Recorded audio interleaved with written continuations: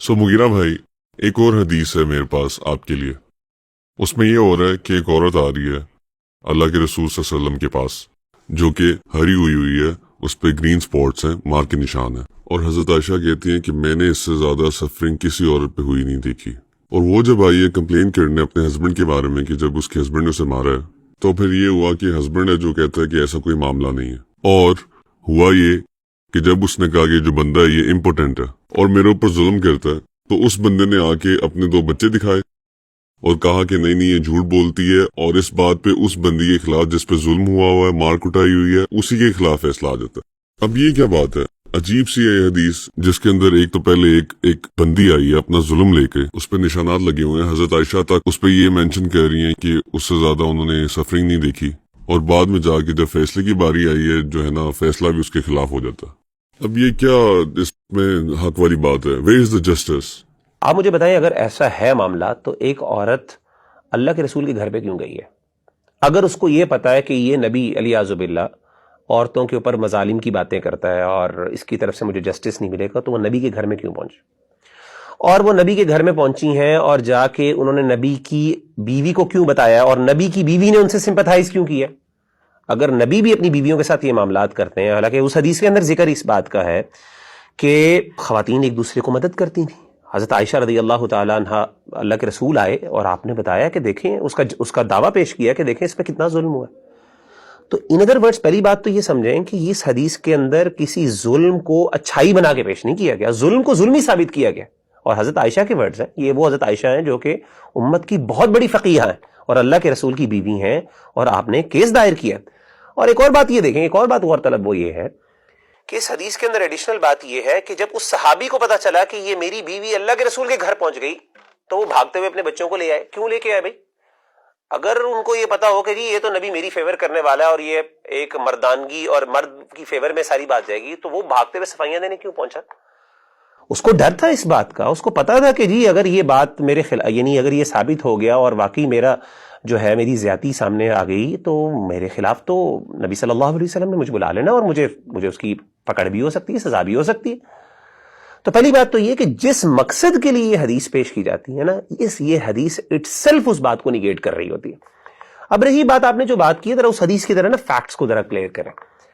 देखें, उस हदीस के अंदर ये बात है कि ये जो खातून आई, इन्होंने आके कहा कि इनके ऊपर निशान थे, और वाकई हमारे उलमा ये बात को वाज़ेह करते हैं, और अल्लाह के रसूल सल्लल्लाहु अलैहि वसल्लम को भी ये बुरी बात लगी, हदीस का कॉन्टेक्स्ट बताता है, हज़रत आयशा को भी बुरी लगी कि भाई इतने बुरी तरीके से मारना, हालांकि शरीयत में इसकी कोई इजाजत नहीं है।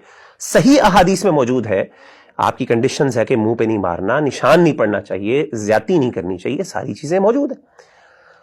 अब उसने क्यों किया? सहाबी ने वाकई गलती की, सहाबी कोई मासूम नहीं था, उसने गलती की। अब वो अल्लाह के रसूल सल्लल्लाहु अलैहि वसल्लम के पास आया और आके उसने अपना मुकदमा पेश किया।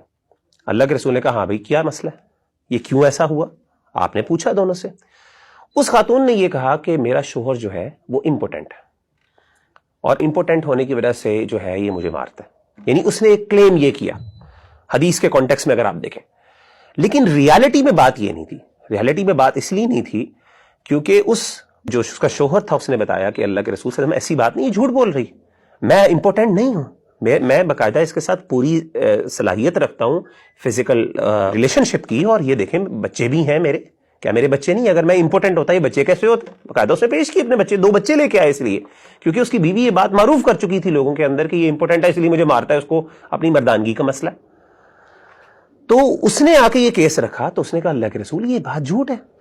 आप सल्लल्लाहु अलैहि वसल्लम ने कोई इसके खिलाफ नहीं किया, आपने सिर्फ ये बात की आपके, क्योंकि अब बात फर्क हो गई। उसका क्लेम कुछ और था, उसने ये क्लेम नहीं किया कि अल्लाह के रसूल मुझे इसने मारा है तो मुझे इसको पकड़े। उसने क्लेम ये किया कि ये बंदा जो है ये इंपोर्टेंट है और मेरा निकाह इससे, मैं जो है ना इससे जान छुड़ाना चाहती हूं।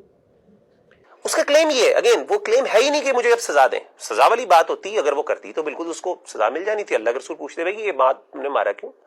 अच्छा, फिर आगे चले, हुआ ये कि उसने कहा कि जी अल्लाह के रसूल सल्लल्लाहु अलैहि वसल्लम ये इंपोर्टेंट है, और हालांकि उस हदीस के अंदर उन्होंने कहा, वो सहाबी ने कहा कि अल्लाह के रसूल इसको पिछला जो शोहर है वो उसके पास जाना चाहती है, बार बार उसकी बातें करती है, हालांकि उसने इसको 3 दफा तलाक़ें दे चुके हैं, इसके साथ खत्म हो चुका है।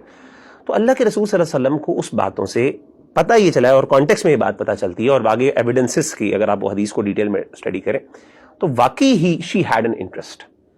اور وہ اس کا شوہر ایسا نہیں تھا کیونکہ اس کے بچے تھے. اللہ کے رسول نے پوچھا یہ بچے کیسے ہیں؟ تو بچے ہو گئے. تو انہوں نے کہا, اللہ کے رسول نے کہا دیکھو اگر تم جان چھڑا, اگر آپ تم اس سے طلاق لینا چاہتی ہو اس بنیاد پہ یہ دکھا کے جی مجھے مارتا ہے تو طلاق بن جاتی ہے. اگر کوئی شوہر ایسے کرے تو بیوی جدا ہو سکتی ہے, شی ہیز دا رائٹ. اور اللہ کے رسول یہی کروانا چاہتے تھے, لیکن اللہ کے رسول نے کہا دیکھو شریعت میں پھر یہ ہے کہ اگر آپ اپنی جان چھڑانا چاہتے ہو تو آپ, چلو جان تو چھوٹ جائے گی آپ کی, لیکن آپ اس شوہر کے پاس, پہلے شوہر کے پاس نہیں جا سکتی, کیونکہ تب تک نہیں جا سکتی جب تک کہ آپ نے اس کے ساتھ ایک ریلیشن شپ قائم نہ کیا. تمہارا ریلیشن, کیونکہ وہ امپورٹنٹ ہے, اگر تمہارے بقول تو تمہارا ریلیشن شپ قائم نہیں ہوا, ابھی تم طلاق تو لے سکتی ہو. یعنی اس حدیث میں یہ بات نہیں ہے, لیکن واضح یعنی یہ فقہی ججمنٹ یہ ہے کہ آپ کسی اور بیوی کے پاس, آپ کو کسی اور شوہر کے پاس جانا پڑے گا اور وہاں پہ جا کے آپ کا پورا ریلیشن ہوگا فزیکل, پھر آپ جا سکتی ہو. ان ادر ورڈز اس کا اس بات سے پورا پتا چلتا ہے کہ she wanted to actually abandon this relation. اور اللہ کے رسول نے کہا کہ اس کے لیے اگر تم کہتی وہ امپورٹنٹ ہے تو امپورٹنٹ کی بیسس پہ تمہارا ریلیشن ختم نہیں ہو سکتا, یعنی تم واپس نہیں جا سکتی, ریلیشن تو ختم ہو سکتا ہے. تو بیسیکلی جھوٹ کا سہارا لے رہی تھی وہ. میں یہ نہیں کہتا کہ وہ جھوٹ کا سہارا لے رہی تھی, میں یہ سمجھتا ہوں کہ ایک اسٹرامین آرگیومنٹ تھا ان کا. یعنی ایکچوئل میں جس چیز کو وہ ایڈریس کرنا چاہ رہی تھی وہ ان کے بجائے کسی دوسری چیز کو کوٹ کر رہی تھی اور اس کا سہارا لے رہی تھی.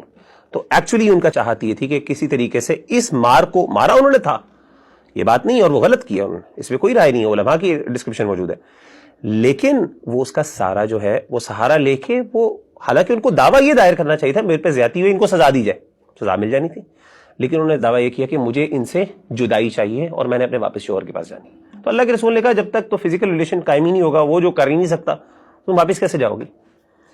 تو یہ والی بات تھی. ٹھیک ہے, تو اس کانٹیکسٹ میں حدیث تھی. Okay, let's move on.